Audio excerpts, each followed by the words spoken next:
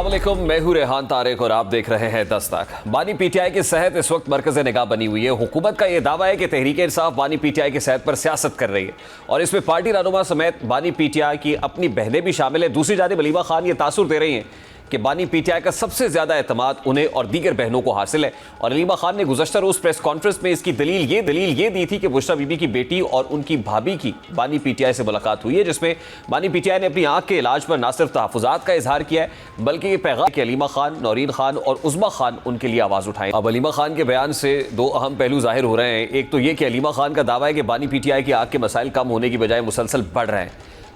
दूसरा पहलू यह है कि बानी पीटीआई ये समझते हैं कि इस वक्त पार्टी पर किसी किस्म का भरोसा नहीं किया जा सकता, इसलिए बानी पीटीआई अपनी बहनों से अपने लिए आवाज़ उठाने का कह रहे हैं। जबकि दूसरी जानिब यह तासुर गहरा हो रहा है कि अलीमा खान पार्टी का कंट्रोल अपने हाथ में लेना चाहती हैं, इसलिए वो बानी पीटीआई की सेहत पर बयानियां तश्कील दे रही हैं। जबकि पार्टी के अंदर भी कुछ रहनुमा ऐसे हैं जो बानी पीटीआई की सेहत पर इत्मीनान का इजहार कर रहे हैं। जैसा कि गुज़श्ता रोज़ पार्लियामेंट हाउस में अपोजिशन इत्तेहाद तहरीक तहफ़्फ़ुज़ आईन पाकिस्तान का अहम इजलास महमूद खान अचकज़ई की सदारत में हुआ, जिसमें पीटीआई अरकान असम्बली और महमूद खान अचकज़ई आमने सामने दिखाई दिए। ज़राए के मुताबिक महमूद खान अचकज़ई ने ज़ाती मौलजीन की रसाई और अहले खाना से मुलाकात तक मुनज़्ज़म धरना और एहतजाज जारी रखने का कहा, जबकि पीटीआई के चंद अरकान के अलावा अक्सरियत ने धरना खत्म करने का मशवरा दिया। ज़राए के मुताबिक पीटीआई अरकान ने राय दी कि मेडिकल रिपोर्ट की बुनियाद पर हमें धरना खत्म करना चाहिए, जबकि महमूद खान अचकज़ई ने पीटीआई अरकान से धरना खत्म करने की ठोस वजूहात भी पूछी, जिस पर महमूद खान अचकज़ई ने कहा कि मुझ पर बानी पीटीआई ने एतमाद किया है, इसलिए मैं वो फैसले करूंगा जिसमें अबहाम ना हो। जिस पर महमूद खान अचकज़ई और अल्लामा राजा नासिर अब्बास के साथ पीटीआई के चंद अरकान ने ही इत्तफाक किया। और अब इस इजलास का फौरी असर ये सामने आया है कि आज सुप्रीम कोर्ट के बाहर अल्लामा राजा नासिर अब्बास ने पार्लियामेंट हाउस के बाहर धरना खत्म करने का ऐलान किया। अल्लामा राजा नासिर अब्बास ने इस मुतालिक गुफ्तगू भी की और अब उभर रहा है कि पार्टी के अंदर ये सोच गहरी है कि बानी पीटीआई की सेहत पर एहतजाज करना जरूरी नहीं, या फिर दूसरे अल्फाज में वो बानी पीटीआई की रिहाई के लिए संजीदा नहीं। और इसलिए महमूद खान अचकज़ई और राजा नासिर अब्बास ने पार्टी के दबाव में धरना खत्म करने का ऐलान किया। वैसे में बानी पीटीआई की रिहाई के हवाले से वज़ीर आला केपी के सुहेला अफरीदी का सुप्रीम कोर्ट के बाहर बानी पीटीआई की रिहाई के लिए जो टास्क फोर्स का ऐलान है हद तक मौसर साबित होगा, वो भी ऐसे वक्त में जब पार्टी में तकसीम गहरी है और यहाँ तक कि वही वज़ीर आला केपी के जो इस टास्क फोर्स का ऐलान कर रहे हैं, पार्टी के अंदर उनको हटाने की खबरें भी गर्म हो रही हैं। आज उनसे जब सवाल पूछा गया कि नौरीन न्याजी ने कहा है कि कुछ लोग बार बार हमारे पास आते हैं और वो कहते हैं कि सुहेला अफरीदी को हटाकर किसी और को वज़ीर आला लगा दे, तो इस हवाले से सुहेला अफरीदी ने कैसे रिस्पॉन्ड किया वो भी आपको दिखाते हैं। मुझे लगता है कि घी सीधी उंगली से नहीं निकलेगा, अभी उंगली थोड़ी टेढ़ी करनी पड़ेगी। इसलिए आज मैं ऐलान करता हूं कि मैं स्ट्रीट मूवमेंट की तैयारी के लिए इमरान खान रिहाई फोर्स का ऐलान करता हूं। जो भी इस कोशिश में हैं पाकिस्तान तहरीक इंसाफ में, उनको मैं ये पैगाम देता हूं कि इज्जत और जिल्लत अल्लाह ताला के साथ है। किसी दूसरे बंदे की टांग खींच कर अगर आप उस मकाम तक आ भी गए तो अगर अल्लाह ताला ने इज्जत नहीं देनी होगी, वो नहीं देगा। इस वक्त पाकिस्तान तहरीक इंसाफ के रहनुमा सेनेटर हुमायूं मोहम्मद साहब ने मैं ज्वाइन किया है। अस्सलाम वालेकुम सेनेटर साहब, बहुत बहुत शुक्रिया आपके वक्त के लिए। सेनेटर साहब, सबसे पहले तो बड़ा सादा सा सवाल है, अली अमीन गंडापुर साहब के स्टेटमेंट्स हो आजकल ज़ाहिर है वो इंटरव्यूज़ दे रहे हैं, अलीमा बीबी से मुतालिक भी एक स्टेटमेंट उन्होंने दिया और अलीमा बीबी खुद बता रही हैं कि इमरान खान साहब से जो मुलाकात हुई है बुशरा बीबी की भाभी और फिर उनकी बेटी की, उसमें उन्होंने बहनों से कहा है कि वो उनकी आँख के इलाज से मुतालिक भी आवाज़ उठाएं, बातचीत करें। उससे ये तासुर मज़ीद गहरा होता है कि शायद बानी पीटीआई पार्टी के अपने लोगों से नालायक खाइफ हैं और वो बहनों को कह रहे हैं कि वो करें। और फिर ज़ाहिर है बहनें भी ये जब ये बता रही हैं, कह रही हैं कि ऐसा है, तो शायद वो भी कोई मैसेज दे रही हैं पार्टी के लोगों को कि वो बानी पीटीआई उन पर ज़्यादा एतमाद कर रहे हैं। तो क्या इसको इसी मानों में देखना चाहिए? क्या यही तासुर है जो मजबूत होता है इससे?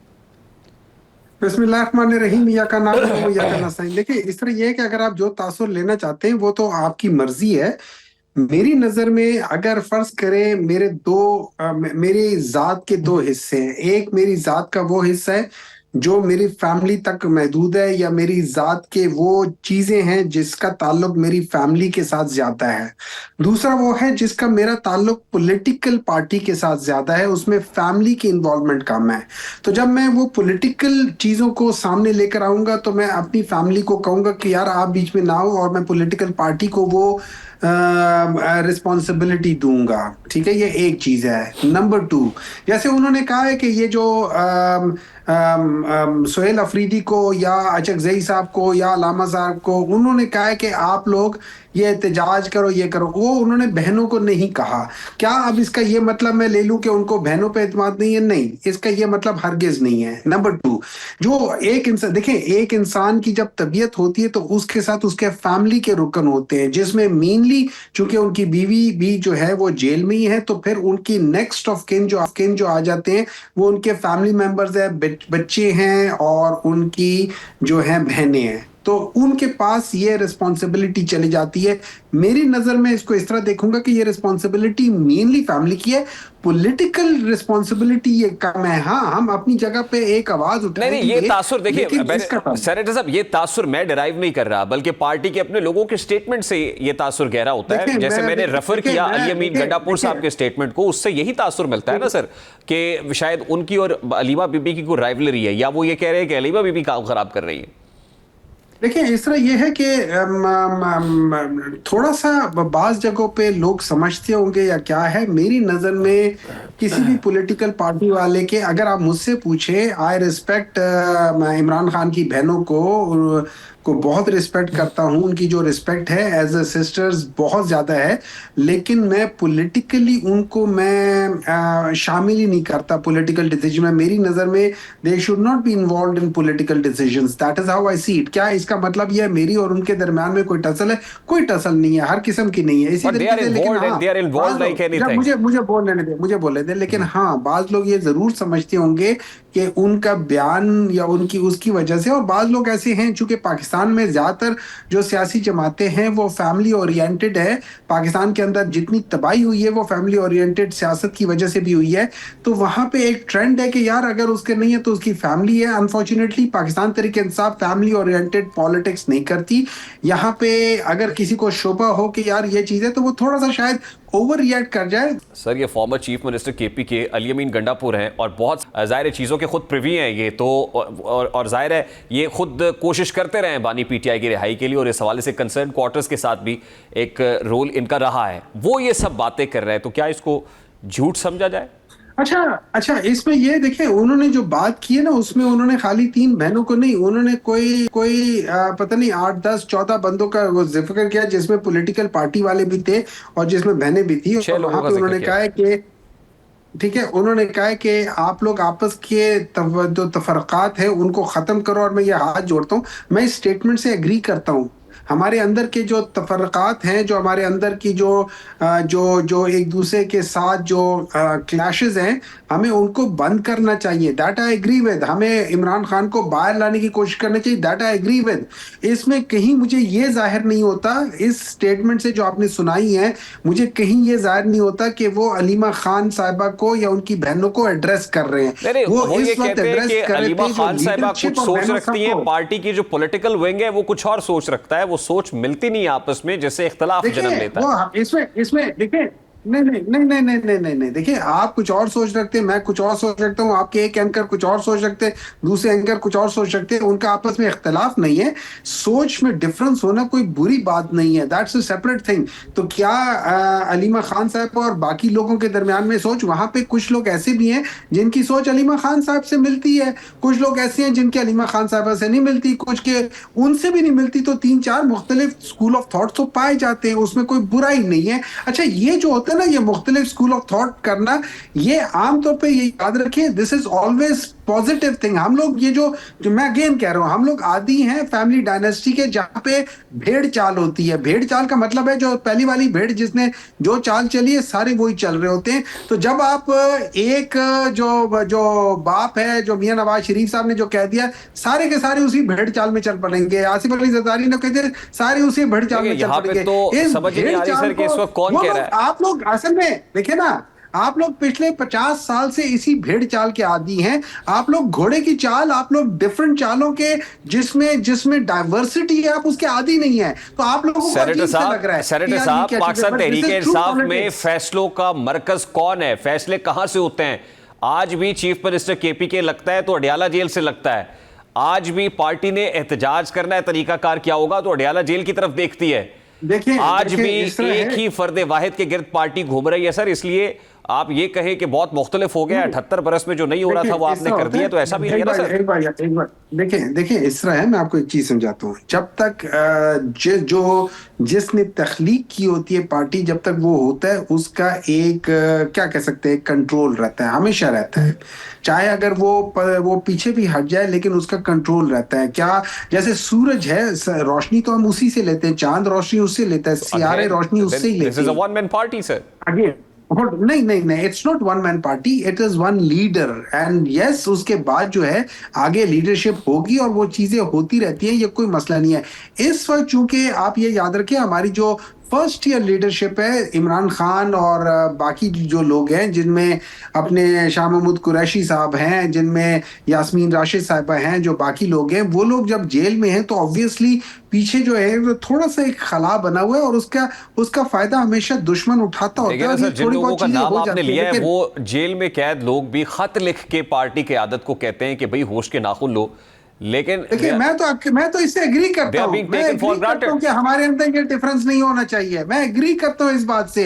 ये हम लोग गलत कर रहे हैं, हम लोग कॉज को तकवीयत नहीं दे रहे, हम कॉज को नुकसान दे रहे हैं आपस की लड़ाई की वजह से। I agree with this statement. तो अब ये जो सुहेल अफरीदी साहब ने रिहाई टास्क फोर्स बनाई है, ये रिहाई टास्क फोर्स क्या है? ये कोई प्रेशर ग्रुप बन रहा है अल्टीमेटली जो प्रेशर पुट अप करेगा कि मेडिकल ग्राउंड्स के ऊपर बानी पीटीआई को जमानत पर रिहा किया जाए? देखिए इसमें देखिए, मैं मेडिकल ग्राउंड्स तो अभी जब सलमान सब मेडिकल ग्राउंड्स तो था ही था ना, लेकिन अब अगर आप देख लें उस शख्स की जो लास्ट स्टेटमेंट है उस पर जरा गौर करें तो आपको पता चलेगा कि बाकी लोगों के और इनके दरमियान में जमीन आसमान का फर्क है। एक आदमी एनआरओ लेना चाहता है, दूसरा आदमी 3 दफा, वो लोग खुद कहते हैं, अभी वो क्या कहते हैं, ये अभी राना सनाउल्लाह कह रहे थे कि मियां नवाज शरीफ साहब ने 3 दफा वो करके एनआरओ लेकर गायब हो गए और ये कर दिया वो कर दिया। आसिफ अली जरदारी साहब ने भी एनआरओ लिए हुए हैं। अब ये शख्स, अब वो कहते हैं ये डट के खड़ा है। अब देखिए, डट के खड़ा का मतलब ये है कि वो अपने मौकफ से पीछे नहीं हट रहा, वो अपने नहीं, उसूलों से देखिए पीछे सेनेटर नहीं साहब, हट ये रहा। एनआरओ वो की तो अलग मेरा चीज़ है। ख्याल है कि इस्तिलाही गलत है ना। एनआरओ तो होता है जहां पे कोई मिलिट्री एस्टैब्लिशमेंट, जहां पे आप डायरेक्ट किसी ताले आजमा के साथ कोई एग्रीमेंट करते हैं, तो आज के दौर में एनआरओ की तो इस्तिलाह होनी नहीं चाहिए सर। सर इस वक्त भी एक्चुअल इन पावर तो ये लोग नहीं है ना। आपको भी पता है, मुझे भी पता है। आप डर की वजह से अगर नहीं एक्सेप्ट करना चाहते, वो आपकी अपनी मर्जी है। लेकिन मैं दोबारा उस चीज पे आ जाता हूं। उनके आखिरी अल्फाज क्या थे? उन्होंने कहा था, मैं इनसे किसी चीज की ख्वाहिश नहीं करता मां सिवाय बेसिक फंडामेंटल चीजें जो कि मेरी जिंदगी के लिए काफी हैं, मतलब जिंदगी चलाने के लिए काफी है। उन्होंने कुछ नहीं मांगा। उन्होंने ये नहीं कहा कि मुझे एसी लगा दो, या उनके आंसू नहीं निकले जब किसी ने कहा कि भाई एसी नहीं लगेगा ये करेगा। उन्होंने कहा कि गर्मियां जरा सख्त गुजरती हैं। उन्होंने कहा मेरे पास फ्रिज नहीं है। उन्होंने कहा जो टीवी है वो इस हुकूमत की तरह नाकारा है। तो ये सारी चीजें तो अपनी जगह पर है, लेकिन उन्होंने कुछ मांगा नहीं है। उनकी सादगी देख कि वो उन्होंने किस तरह की। असल में मैं एक बात बताता हूँ, ये कौम जो है ना, ये हमारी कौम जो हमारा पाकिस्तानी है, ये कौम है नहीं, ये मुख्तलिफ वो है। ये हमारा मुल्क जो है ना, ये बड़े लीडरों के लिए तैयार है ही नहीं। ये छोटे छोटे इस किस्म के जो बिकने वाले लोग हैं ना, इनके लिए बना हुआ है। और मैं ऑनेस्टली मैं बता रहा हूं कि मैं इस चीज पे मेरा दिमाग आ गया कि यार ये मुल्क अभी उस नहज पे आ गया जहां से हिजरत करना शायद फर्ज हो जाए। सेनेटर साहब, ये किसको कह रहे हैं आप? ये मैं अपने आप को कह रहा हूं। आप हिजरत करने जा रहे हैं सर, लीडर को छोड़ के बानी पीटीआई अडियाला में? नहीं, मैं सुन ले, मैंने कहा कि इस जगह पे देखें, इस जगह पे मैं अभी इधर, मैं मजाक के अलावा मैं सिर्फ ये सोच रहा हूं कि इमरान खान की वजह से मैं इधर हूं, वरना मेरे जैसे लोग ये जगह छोड़कर चले जाएं, क्योंकि इस जगह पे किसी शरीफ आदमी की इज्जत नहीं है। इस जगह पे जितने बड़े you are privileged to be the senator sir. आपने माशाल्लाह ये जो अभी आपने ये जो ब्लेजर आपने पहना हुआ है सर, ये मैं बड़ा खूबसूरत ब्लेजर आपका देख रहा हूँ सेनेटर साहब। ये प्रिविलेज आपके पास है, और आपके जो लीडर है वो अडियाला जेल में। सर ये रिस्पॉन्सिबिलिटी अल्लाह ताला ने मुझे दी हुई है, लेकिन मैं आपको इसी रिस्पॉन्सिबिलिटी सेनेट में होने के बाद मैंने अंदर से देखा है कि इस मुल्क का ठीक होना नामुमकिन है, क्योंकि हमारे लोग जो है ना, हमारे लोग बुज़दिल लोग हैं, वो अपने आप को ठीक करना नहीं चाहते, वो इस मुल्क को ठीक नहीं करना चाहते। पाकिस्तान तहरीक इंसाफ मायूस हो गई। मैं बहुत हद तक इस मुल्क के लोगों से मायूस हूं। मैं बहुत हद तक इस मुल्क के सिस्टम से मायूस हूं। मुझे ऐसा लगता है इस मुल्क में जब तक आप रिश्वत, बेईमानी और क्या कह सकते हैं, सिफारिश ना चलाए तो आप किसी जगह पे नहीं पहुंच सकते। आप अपने मेरिट पे कहीं नहीं जा सकते। इस मुल्क में मेरिट नाम की कोई चीज नहीं है। इस मुल्क में सेनेटर अदल नाम की साहब, वो कोई चीज नहीं है। तहरीक जो तब्दीली के लिए आई थी, नया पाकिस्तान बनाने के लिए उठी थी, इनकलाब के लिए उठी थी, आज तो वो तहरीक जमीन बोस हो गई है। आपके इस स्टेटमेंट के साथ दम तोड़ गई है। आप तो खुद फ्रस्ट्रेटेड है। आप क्या चेंज देखिए, मैं बिल्कुल फ्रस्ट्रेटेड हूं जब आप ये देख लें कि पूरा का आपने देखा है कि जो पार्लियामेंट है, जो कि हमारे लिहाज से सब कहते हैं सबसे मुकद्दस जगह है पूरे पाकिस्तान में, जब हमने उसको एक किस्म का सब जेल बना दिया, जब हमने उसको बिल्कुल बंद करके दरवाजे लगा के लोगों को। सर, कता कलामी के लिए माजरत। Nelson Mandela, Joan of Arc, Martin Luther King, even बानी पाकिस्तान जैसी स्ट्रगल तो आप लोगों की भी है ही नहीं, ना उतनी आपने कुर्बानियां दी हैं। आप तो बहुत जल्दी थक गए सर। देखिए, अनफॉर्चुनेटली पाकिस्तान में आपको पता होगा कि जब आप कायद-ए-आज़म की बात करते हैं, उनकी बहुत सारी बातें आपको पता है कि जब वो कोई मिलने गया था उनसे तो उन्होंने अपनी बहन को क्या कहा था कि ये मुझसे मिलने नहीं आई, ये देखने आए हैं कि मैं किस हालत में हूँ। जब उनकी जो बानी पाकिस्तान थे, उनकी उस जमाने में हेलीकॉप्टर था और मुझे समझ नहीं आती कि अगर आपको समझ आती है मुझे समझा दे कि उनकी एम्बुलेंस एक जगह पे खराब कैसे हो गई। ये बहुत सारी चीजें होती है। अनफॉर्चुनेटली ये रियलिटी है जो आपको भी पता है, मुझे भी पता है। आप उससे मुंह फेरना चाहते हैं, मैं उसको सामने देखकर मुझे अफसोस होता है, मेरे दिल दुखता है जब मैं इस मुल्क को देखता हूं कि वो क्या है कि वो इल्म के मोती किताबें अपने आबा की जो देखे उनको यूरोप में तो दिल होता है इसी पारा। जब हमारे लीडरों की सोच ये हो जाए कि हम यहाँ से बेहतरीन दिमाग जो है एक्सपोर्ट करेंगे, जब हमारे लीडरों की सोच ये हो जाए क्योंकि मुझे ब्रेक लेने, मुझे ये सेंटेंस पूरा करने दे। जब हमारे लीडरों की सोच ये हो जाए कि शऊर से खाना नहीं मिलता, शऊर से कोई हॉस्पिटल नहीं जा सकता, तो फिर उनको कौन बताएगा कि शऊर की बेसिस पे ही तो अल्लाह ताला ने इंसान को अशरफुल मखलूकात बनाया हुआ है। लेकिन जब लीडरों की इंटेलेक्चुअल कैपेसिटी ये हो, आप मुझे बात बताएं उस मुल्क का क्या होगा। इससे सबको, इस जैसे जाहिलों से सबको भागना चाहिए। ठीक, lastly and very quickly sir, बानी पीटीआई को अडयाला जेल में इसी तरह बेयारो मददगार छोड़ के आप कब बैरून मुल्क का टिकट लेके किस मुल्क में जा रहे हैं, जरा क्विकली बता दे, या कहाँ की ख्वाहिश रखते हैं? मैं और इस बात से उम्मीद से हो कि इंशाल्लाह ताला इमरान खान बाहर निकलेगा। लेकिन अगर खुदा न खास्ता यहाँ पे ये जो नेगेटिव फोर्सेस हैं ये कामयाब रही तो फिर, और इमरान खान को खुदा न खास्ता कुछ होता है तो फिर एटलीस्ट मैं ये समझ जाऊंगा, क्योंकि उसके बाद बड़ी मुश्किल से होता है चमन में दीदावर पैदा। ठीक है, मुझे नहीं पता कि इसके बाद कोई और शख्स आ सकेगा। नहीं, मैं ये नहीं कहा कि मैं चला जाऊंगा। मैंने कहा कि ये चीज यहाँ इतना जुल्म है कि इस जुल्म के, देखिए हुजूर सल्लल्लाहु अलैहि वसल्लम को मक्का बहुत पसंद था, लेकिन वहां पे इतना जुल्म हो गया था कि उन्होंने हिजरत की, और जब जा रहे थे वो एकदम मुड़ के उन्होंने देखा था। उनको वो जगह बहुत पसंद थी। इस वजह से बाज दफा जो होती है ना, आपकी पसंदीदा जगह, मैं सब कुछ छोड़ के वापस पाकिस्तान आया हूँ पाकिस्तान के लिए, लेकिन यहाँ जुल्म देख के, यहाँ के दस्तूर देख के मेरा दिल दुखता है, बहुत दुखता है। मुझे नहीं पता आप लोगों को दुखता है नहीं दुखता, मेरा सेनेटर साहब, जाहिर है आपकी तरफ लोग बहुत सारे देखते हैं कि आप चेंज मेकर्स हैं, आप तब्दीली लेके आएंगे, इनकलाब। आप जब खुद इस तरह की मायूसी की बातें करेंगे तो मुझे फिर ब्रेक लेनी पड़ेगी। एक ब्रेक लेते हैं। सेनेटर हुमायूं मोहम्मद साहब पाकिस्तान तहरीक हमारे साथ मौजूद थे। बानी पीटीआई अडयाला में लीडरशिप सोच रही है कि वो वीज़ा ले, रेजिडेंसी ले, टिकट कटाए, यहाँ से निकल जाए। ब्रेक लेते हैं, ब्रेक के बाद वापस आते हैं।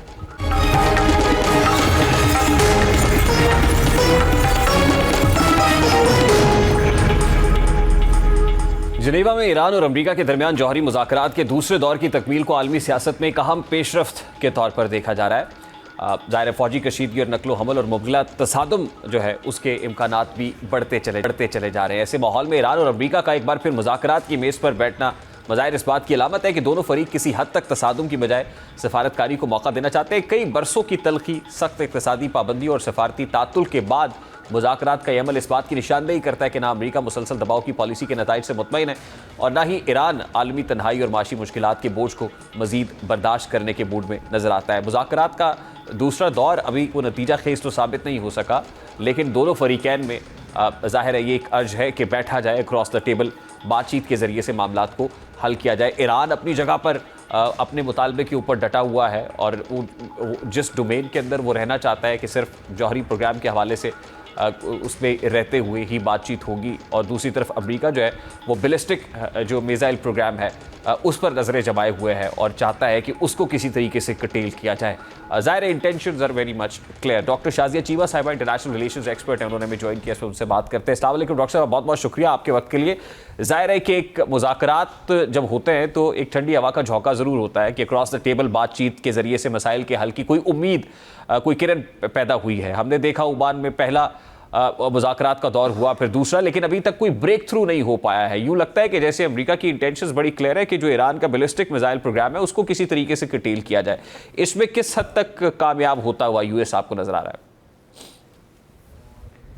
देखिए, आप कह रहे हैं कि मुज़ाकरा का झोंका होते हैं, अगर वो ऑनेस्ट बुनियादों पे किए जाएं तो यकीनन वो हवा का झोंका होते हैं जिसमें दोनों पार्टीज बैठकर किसी मसले का हल चाह रही होती हैं।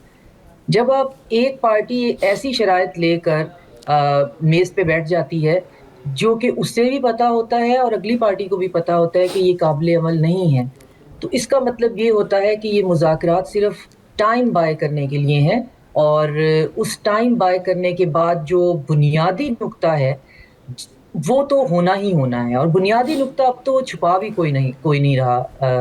पूरा जो है आपको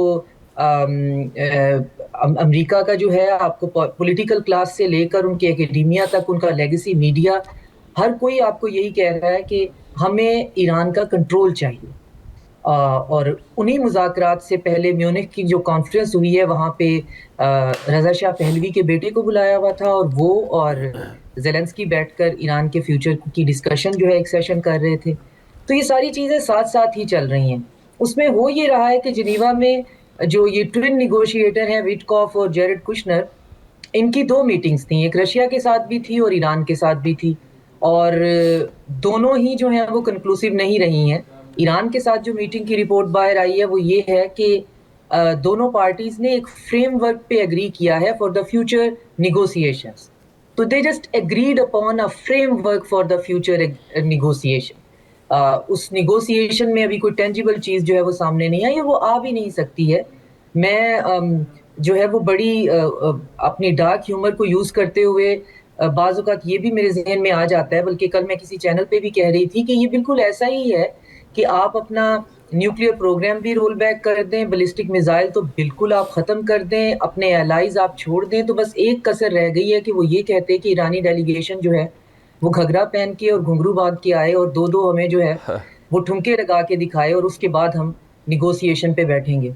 तो ये इतना ही फार्सिकल है कि आप किसी को एक ऐसी शर्त पे कहें कि हमारे साथ बात करो, और फिर आप ये समझते हैं कि दुनिया अब वैसी ही है। अब एआई के बाद कोई जुबान, कोई मीडिया हमसे दूर नहीं रहा। आप अगर यानी अमेरिकी ख्वाहिश ये है कि ईरान को कुक्रपल किया जाए, ये घुटनों के बल लाया जाए, या वो उर्फ आम में कहे तो डंग निकाल दिया जाए। एक सादा पाकिस्तानी भी कल एक कॉमनर उससे पूछता है कि क्या अमेरिका ईरान पे अटैक कर सकता है, तो एक बड़ा सादा सा सवाल हमारे यहाँ भी एक आम पाकिस्तानी पूछ रहा है कि क्या ऐसा होता हुआ आपको मुस्तकबिल करीब में नजर आ रहा है? अमेरिका ईरान पे अटैक नहीं करना चाहता। ये बड़ी कॉम्प्लिकेटेड सिचुएशन है और इसका सादा जवाब नहीं है, मैं माजरत के साथ कहना चाहूँगी। अटैक नहीं करना चाहता है, मगर ईरान का मसला हल करना चाहता है, और बगैर अटैक के।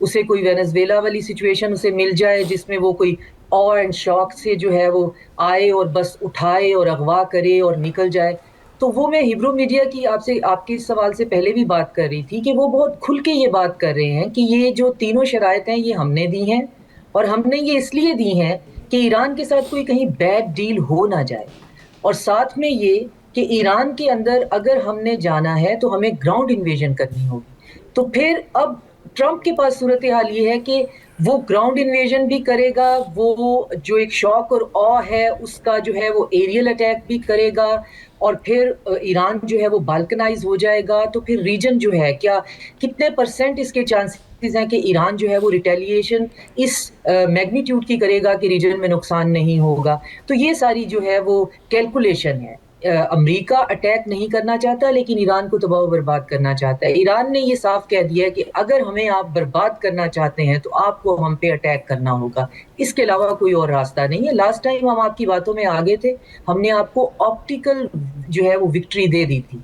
कि आप भी अटैक कर लें, फिर बाद में हम भी खाली जो है वो बेस पे हम भी कर लेते हैं, आप भी हमारे खाली जो है वो जो नेतान्स है और फोडोर है तो आप उस पे कर ले। इस दफ़ा हम नहीं करेंगे। ट्रंप ने बल्कि कहा भी है कि हमें कोई ऐसी भी जो है ना वो विक्ट्री दे दें, लेकिन जितना मिलिट्री बिल्टअप हो रहा है उसके इर्द गिर्द जी जाहिर है बहरी बेड़ों की पेशकदमी हो या फिर धमकियां हो तो क्या ये सिर्फ दबाव बढ़ाने के लिए है, सिर्फ दिखाने के लिए है, ये कुछ ज्यादा अचीव करने के लिए, यानी वो जिसको कहते हैं पावर टॉक्स टू पावर या मजामत होगी तो मफामत होगी वाला मामला है? नहीं, मफाहमत में तो यही है ना कि आयतुल्लाह खamenei हमारे हवाले कर दें, उसको हम अमेरिका की किसी जेल में रख लें और आप रजा शाह पहलवी के बेटे को वहां पे इंस्टॉल करें या कोई और पपेट रिजीम इंस्टॉल करें। ये है आइडियल यूटोपियन सिचुएशन जो वो चाह रहे हैं। अब ये आइडियल सिचुएशन ईरान में नहीं हो सकती। ईरान एक बहुत प्राउड नेशन है, वो बाल्कनाइज नहीं होना चाहते, वो एक वेसल स्टेट नहीं बनना चाहते और उनकी अपनी हुकूमत के साथ जितने भी प्रॉब्लम हो वो हर एक सॉवरेन कंट्री के अंदर एक नॉर्मल माशरे में होते हैं। लेकिन जब बात आ जाए कि आपको चूज करना है between a dislike government, dislike by you, आपको पसंद नहीं है, और आपको चूज करना है उससे एक पपेट रिजीम को, तो सबको पता है कि जो कौमें हैं वो इकट्ठी हो जाती हैं उस वक्त और ये बेस्ट तरीका होता है उनको इकट्ठा करने का। लेकिन जितना मिलिट्री बिल्डअप ट्रंप कर चुका है, खास तौर पे जंग-ए-ज़ोर कॉरिडोर की तरफ आर्मीनिया में शिपमेंट पे शिपमेंट आती जा रही है और वहाँ पे अभी तक ये पता नहीं है कि वहाँ पे क्या आ रहा है, जिसको उसने ट्रंप कॉरिडोर का नाम भी दिया और 99 ईयर्स के लिए लीज पे ले लिया है। वहाँ से बहुत ज़्यादा प्रेशर है। फिर रिपोर्ट्स हैं कि खोजिस्तान और कुर्द मलेशिया जो है उन सेपरेटिस्ट को फंडिंग बहुत ज़्यादा की जा रही है और ख़ास तौर पे सिस्तानी बलूचिस्तान की तरफ से भी जो सेपरेटिस्ट हैं उन पे भी जो है वो बेट किया जा रहा है कि एक एरियल जो है वो बम्बार्डमेंट होगी और साथ में ग्राउंड इन्वेजन के लिए हमारी प्रॉक्सीज जो हैं हम उन्हें तैयार कर रहे हैं। तो ये अगर बातें हमें पता है, आपको पता है, तो ऑफ कोर्स ईरानियों को भी पता है। तो इस चीज़ को हम नहीं नज़रअंदाज कर सकते कि आप 3 बैटल जो कैरियर हैं वो ला के यहाँ पे खड़े कर दें, जिनमें एक जो है वो हुर्मुज़ के करीब और दूसरा बाबल मंदेब ले गए। आप में इतनी जरूरत भी नहीं है कि आप बाकी 2 जो हैं, जो बुश है और जो फोर्ड है, ठीक। डॉक्टर साहब, लास्टली मिनिमम कॉमन एजेंडा क्या है जो अचीव किया जा सकता है, ये अचीवेबल है? मिनिमम कॉमन एजेंडा रिहान ये है कि ईरानी मौजूदा गवर्नमेंट के साथ वेस्ट नहीं चल सकता और वो ये कह रहे हैं कि हम इनके साथ नहीं चल सकते, और वो ये चाह रहे हैं कि ईरान के अंदर से कोई ऐसा क्वार्टर, कोई ऐसे अटलांटिसिस्ट हमें मिल जाएं जो हमारे साथ अलाइन हो for the sake of terms, जो काइंड और कैश कुछ भी हो, लेकिन वो रिप्लेस कर दें, जो ईरानी ही हों, पपेट हों, मगर ये पूरा सिस्टम रिप्लेस कर दें जिसमें पूरी रेवोल्यूशनरी गार्ड और पूरे का पूरा इनका टियर जो है हायरार्की का वो किसी ना किसी तरीके से ख़त्म हो जाए, क्योंकि उन्होंने अपना सिस्टम इतना इंसुलेट किया हुआ है कि किसी एक बंदे को मारने से वहाँ पे फ़र्क नहीं पड़ना। लेकिन ये तो एक तरफा सोच है, ईरानी रिजीम तो ये नहीं चाहेगी। ईरानी रिजीम बिल्कुल नहीं चाह रही। ईरानी रिजीम जो है ना, with the patience of 1000 Buddhist monk, just like Lavrov, जब भी बुलाते हैं वो पहुंच जाते हैं और उनको पता होता है कि ना तो ये मुज़ाकरात है, ना इनमें से कोई बात निकलनी है, ना इनमें कोई बात है। तो आपने बुलाया है, हम आगे हैं, आजे जी बात कर लेते हैं, फिर बैठेंगे, फिर बात कर लेंगे, लेकिन हम बिल्कुल तैयार हैं। और वो इस दफ़ा वो ये कह रहे हैं कि हमारे लिए एग्जिस्टेंशियल है, ये तमाशा ज़्यादा देर नहीं चल सकता, और उससे बड़ा ये एग्जिस्टेंशियल जो है वो रीजन के लिए भी है कि बहरहाल इसमें नुकसान तो होगा। अगर ये ऑल आउट वॉर की तरफ जाते हैं तो बहुत भारी नुकसान होगा। ठीक, बहुत बहुत शुक्रिया डॉक्टर शाज़िया चीमा साहब आपके वक्त के लिए। Issues expert doctor Shazia Cheema हमारे साथ मौजूद थी। एक ब्रेक लेते हैं, ब्रेक के बाद वापस आते हैं।